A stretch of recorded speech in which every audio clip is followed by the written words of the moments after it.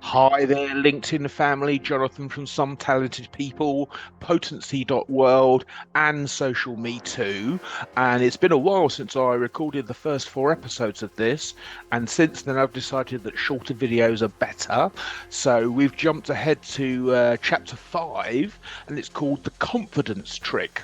And it's very interesting because what I'm about to reveal to you now is the very reason that I am pushing forward Potency.world as a change in education design for girls between 11 and 18, because it is at this age that they experience the greatest drop in confidence. So I'll just read you a bit from the book. Um, if women are as talented as men and have all the right personality traits to be good leaders, maybe there's another reason why we don't rate them as highly or listen as carefully to what they're saying. They're often not as confident, or maybe they're not as full of bullshit. Now, I can only speak about my own experience, but I definitely know that everything I've achieved, I've basically blagged my way through.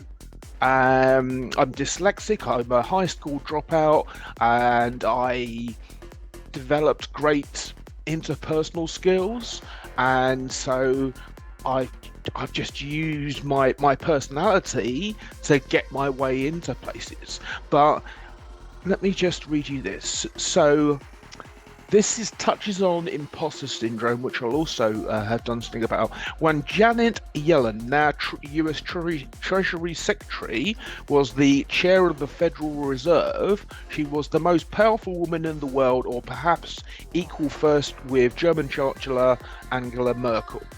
Yellen ran the American economy, which meant in practice running most of the world economy, yet she still felt like an imposter in the job.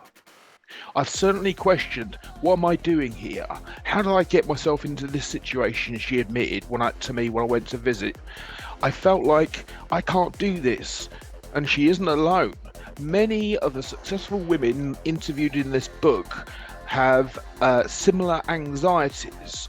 Women leaders suffer from imposter syndrome more than twice as often as men, and research suggests that unconscious bias is a big contributor. Now, they did this experiment. Baroness Hale, the former president of the UK Supreme Court, the most senior judge in the land, has had this worry at every stage in her life. I was never sure whether or not I was going to be able to do the next thing. And so you pass your 11 plus and you go to school and, oh, am I going to be able to cope with school? And on and on and on. And of course, so I've had imposter syndrome. I did an interview about it. I'm not afraid of it because it's a truth that I reflect on myself. But women express themselves generally more than men in this area. So if you are conditioned as a boy to always be blagging it and taking risks, then your approach to everything in life, because it's the muscle in your brain that you exercise that makes you continue to take risks. So we spoke in video one about the fact that from the age of 5, both boys and girls think that men are more efficient. Right, okay, let me just read this bit. Okay, so even among today's students who ought to be young enough to know better, there is an underestimation of a young woman's intelligence and an overestimation of a young man's. A recent study asked biology students who was the smartest and best informed in their class. Male students consistently rated other male students as cleverer than better performing female ones. The male bias over the course of the term and persisted even after controlling factors for class performance and outspokenness. The women, meanwhile, were able to rate other students accurately. Now, this thing about it happening in our minds and creating the reality, it happens so young. The constant man-undermining of a woman's ability is bound to dent their intellectual confidence, and the effects start surprisingly early. Lynn Byron, a psychologist at the University of Illinois, read out a story to 240 5 to 7-year-olds. There are lots of people at this place I work, but there is one person who's really special. This person is really, really smart. This person figures out how to do things quickly and comes up with answers much faster than anyone else.